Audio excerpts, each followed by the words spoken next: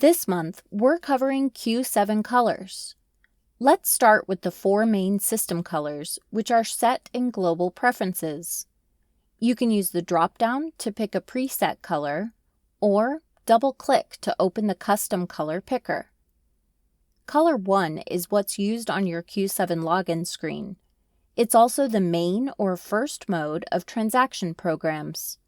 For example, this is the color of your bookings mode in the orders program.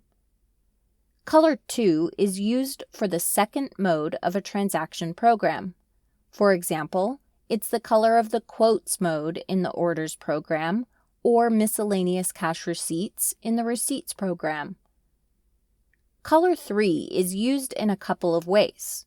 If a transaction program has a third mode, it will be assigned to this color. It's also used as the global search color. The updated windows currently being released color all searchable fields in a grid with your third system color. Since most of the new windows have or will have entire searchable grids, make sure that this is a color you enjoy. Color 4 is used if a transaction program has a fourth mode. The next colors we'll touch on are the dispatch board colors. You can set these in Dispatch Preferences. Each color is assigned by trip status. You can also set the color of sorted columns here, the warning tier colors, and load priority assignment colors.